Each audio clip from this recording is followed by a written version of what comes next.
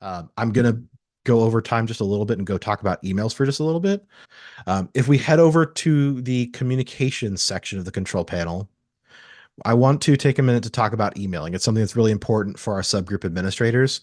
When we go into emailing, this is what the emailing admin page looks like. And this is the tool you can use to manually craft emails to all of your members. Again, I've mentioned this before, but I'll say it again. When you're sending an email, the only people that are going to get your emails are going to be members of your club. Even if there is a mailing list that looks like it would go to everyone in Serra International, or if it's manually including certain people, if they're not members of your club, they are not going to get that email. So now let's talk about why it might look that way and how to create an email. So just to start from scratch, when we click this add emailing button, we land on this page where we can come in and craft our email. And there's kind of three things we have to do to craft an email. We have to set our basic information. So you'll see there's this red exclamation point letting us know that we haven't done that yet. When we come in here and click edit basics, we can see the category is going to automatically be selected to our Chicago board because that is our Chicago email category.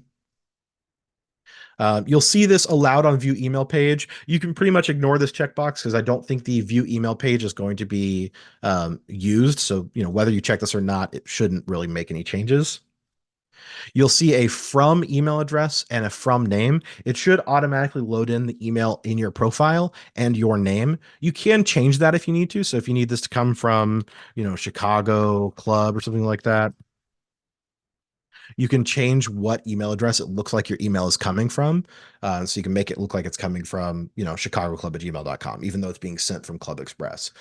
Do keep in mind that it doesn't actually work to, I always, don't think you can come in here and make it look like it's coming from someone else, because when you send the email, it will say in the from address, it says like from Club Express email server, and your name is attached to the email because you're logged in as your profile. So it is pretty easy to figure out who actually was behind the email. I just like to point that out just in case someone gets any funny ideas. um, You've also got a send time. So this is either going to send now. So when we say this email is ready, it'll go out immediately, or we can schedule an email and say, hey, I want this to go out, let's say tomorrow morning at 9:30 a.m. If you want it to go out at a weirdly specific time, you can also just type here and you can say, I want it to go out 9:37 a.m. and it will schedule the email to go out at that time. We need to set a subject. We can just say subject here. We can manually CC or BCC people. This will be able to send to people who are not members of your club. So if you have a manual email address that you want to include, you can put it in the CC or BCC field and it will copy or blind copy someone. If you copy them, then they would be included on reply alls. If you blind copy someone, then they would not be listed on the email. When it comes to content, I highly recommend that you always leave it as HTML. If you set it to plain text, then that's going to only send a plain text email. No fonts, no colors, no links, no images, just plain text. You're way better off setting it to HTML. You don't need to know HTML to send an HTML email. For our options for what we check here, there's a very specific reason that I always recommend that you leave urgent unchecked. If it is a truly, truly urgent email that people have to see, then you can check it. But if your organization sends, dozens of urgent emails in a month, you will quickly get picked up by spam filters because spam filters do not like it when they see a lot of urgent emails coming in. So I always say be very sparing with that urgent email. If it's really urgent, but it's not so urgent that it's like life threatening, just leave that unchecked.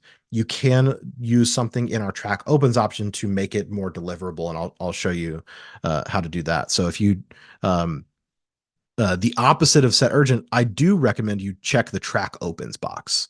So if you're using the HTML option, you have the option to include some code in the email that will keep track of who has and has not opened the email. So if you check this track opens box, it'll keep track of who's opened it. And you can actually get reports after the email is sent to see who has and has not opened it. Keep in mind that there are a small subset of email users who have privacy settings set in a certain way that it will not report that it is opened, even if it has been. So if someone is using specifically Apple users who use iPhones to check their mail, the Mail app has a setting where you can say, do not let anyone track me. And then even if they do open the email, it'll show up in our system that they have not opened it. So I always just tell people don't go pointing fingers saying you didn't open the email because there's a chance that they did and it just didn't report it. It is useful though. It is, I would say, in the ballpark of like 95 to 99% accurate, depending on your demographic. So it's a good way to see, hey, I got, you know, 80% of my people open the email. That's great. If you see that no one opened your email, you might say, well, I need to, think about how I'm wording my emails subject to make sure that people open it. If you do choose to track opens, there's an option to resend an email if it doesn't get opened. If you leave it to 0, then it will not get sent. So this would just send the email one time and it will not resend if you leave this as 0. If you set it to anything other than 0, then a number of days, whatever you select after you send the email, anyone that has yet to open it, based on our tracked open information, will get the email again. So you can double send your email. I recommend doing that instead of setting an urgent flag for your urgent email. So if you have, an update about some sort of change to an event or something, and it's really important that people see it, you can send it. And then if someone hasn't opened it, you can send it again to try to get them to see it a second time. A really useful tool that. And then another option that I also like to turn on is the personalization option. Setting this right now doesn't change anything, but we'll see later on because we've turned this personalization option. This will let us do things like instead of saying hello members, we can say, hello your name. We can say hello John, hello Tim, hello, Stephen. We can make it so that when the email goes out, whoever is getting it, their name is inserted into the email. And I'll show you how to manage that in just a second. That is our basic info. And once we've saved it, you'll see that this turns into a little green check mark, letting us know that we've done it. We also need to set our distribution list. And this is where things get occasionally complicated, but the more you do it, the easier and faster it'll get. When we click edit distribution list, we will see two options show up. We will see an option to use a saved distribution list, and we'll see a lot of different saved distribution lists here. And we'll also see the option to create a new list. When it is your first time sending emails, I recommend you go to the create new list option. This will help you understand how it works. And once you've got lists that you like, you can save those. I have talked to some of the leadership at Serra International, and they have a very specific way they would like you to save your distribution lists if you need to. But before we get to that, let's talk about how the distribution list is actually created. So when you're creating a distribution list, you'll see a lot of options here. You'll see active solo members. You'll see this little drop down. And it doesn't give you just like a list of people to send it to. It actually gives you a list of criteria. So you can say, hey, I want to send it to all of my recent members. So we can set a criteria of members that joined in the last 10, 30, or 60, 90 days. And when this email goes out, it will check the system and say, I want to send this email to recent membership. So we could save this option. Let's hit add. And now we've added the criteria of I'm sending this to new members within the last 10 days. I can actually continue to make this distribution list even more complex. I can choose to come in here and say, I also want to send it to all of my members of a selected type. So I'm also going to send it to my staff. So I'm going to send this to all of my new members and my staff so that they know that I sent it to them as well. And I can hit add again. And so now you'll see two kind of criteria listed: new members within the last 10 days and all of my member type staff. I can then come in here and say, I will reuse this list. I don't want to have to create this every time. I want to just save this for use in the future. And I can come in here and I can save this as Devin's example. And once I save this, it will save the name Devin's example as a saved distribution list type, and it will just automatically refill this with the new membership with the last 10 days and the membership type staff. It'll remember that for me. When you are a subgroup admin or a club admin, when you are saving a distribution list, the Serra International top level admins would like you to put in before your name your club name. So if, for example, I would say Chicago,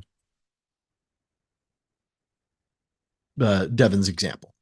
Or I would say, New York, Devin's example. Whatever chapter you are an administrator of, you'd want to put in your club name and then your example. So that's how you would save your list, and then it would show up there in the future. I'm not going to add to the list because you can already see that there's quite a few.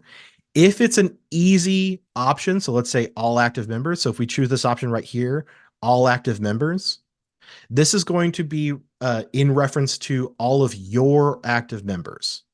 So I save that option.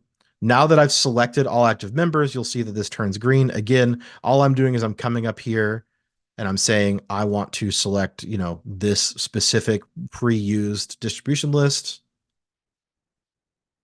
and it will give me that little green check mark letting me know that that's who it's saved as. One thing that a lot of people don't always grasp is once we save a distribution list, it's not saving a list of names. It's saving a list of criteria. So when I save a distribution list, it's saying all of my recent members in the past 10 days. So that option that I had as an example before. So if I change that to recent again, I can actually just type in here to search for different options. So we'll add that option. So let's save this. We'll say I'm going to save this as recent members. Chicago recent members 10 days.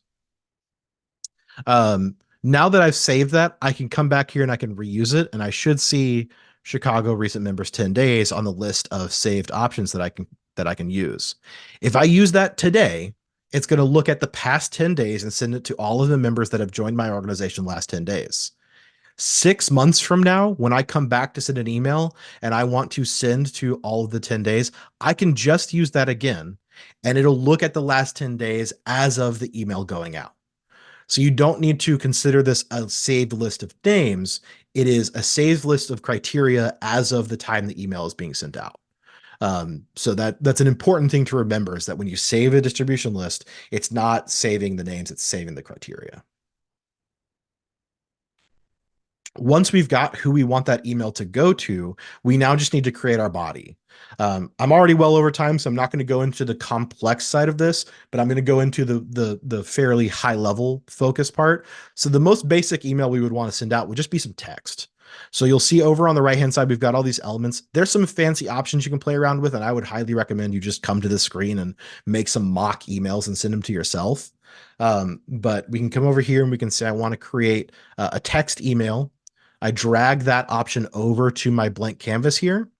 And then in order to edit the text of my email, I can hit this pencil and I'll get this little text editor that I can pop up and type in. And I can say, hello, my members. This is an email. Thanks. So I can just, write out whatever email I would like to send, and I can save that. And now I'm technically done. I've got the text of my email. I've got who it's going to. I've got the basic information. And down here at the bottom, I've got my options to save and continue. That would be like hitting the floppy drive icon in Word. Those of you, save and keep working on it. There's also save and close. So if I wanted to come back to this later, I could save and close. And then if I search here, I'll see there's that draft I just created, and I can come back to it at another time. So I can get the pencil to get back into this email that I was working on. I've got save as a template. I would recommend against saving as template because, again, the list of templates is shared among all clubs. So if you've got a template you like, I would talk to the top level admins about having a template saved. If you're a club or subgroup administrator, try not to save too many templates because it'll make that list really, really long and really confusing. So leave the templating to your top level admins. One thing I do recommend doing every time you're sending an email is send a test. This will let you send a test email. It'll preload your email address, and you can just hit send test to see what it looks like in your inbox. Because obviously the email isn't going to look like this. It'll look like just this inside inner portion. So if you want to see what it looks like in an inbox before you send it out to all your members, you can use this send test option to send a test email to yourself. If you need to, you can also include other people in there. So if you want to send it to your board for your club, you can send a test to other people as well.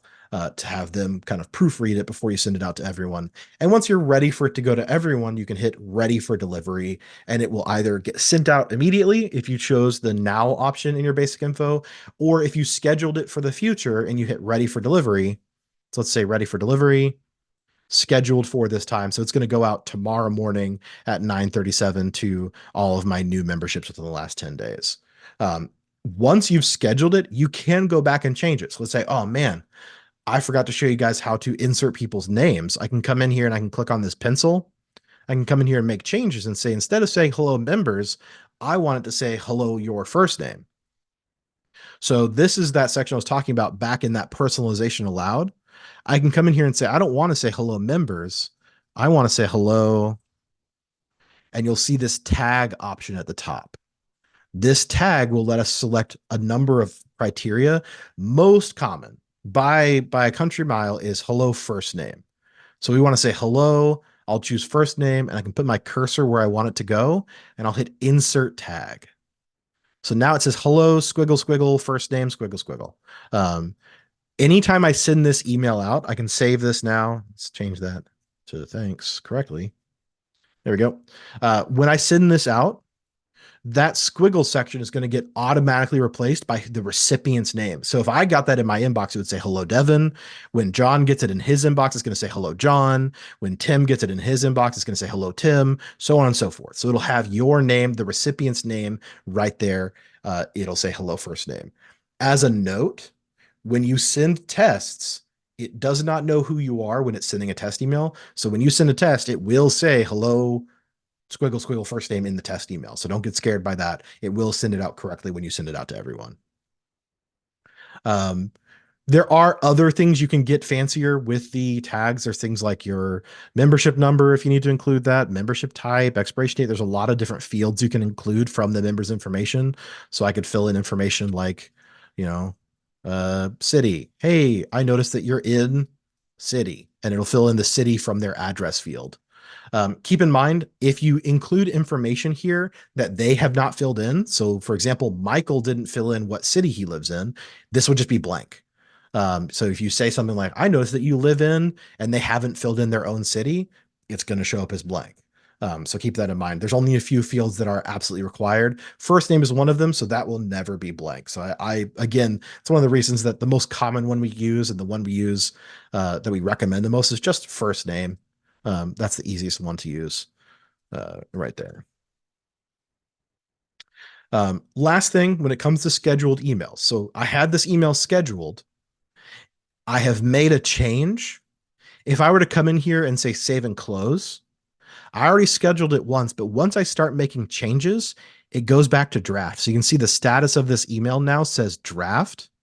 The scheduled time tomorrow morning will now come and go, and this email will not go out because it is in draft.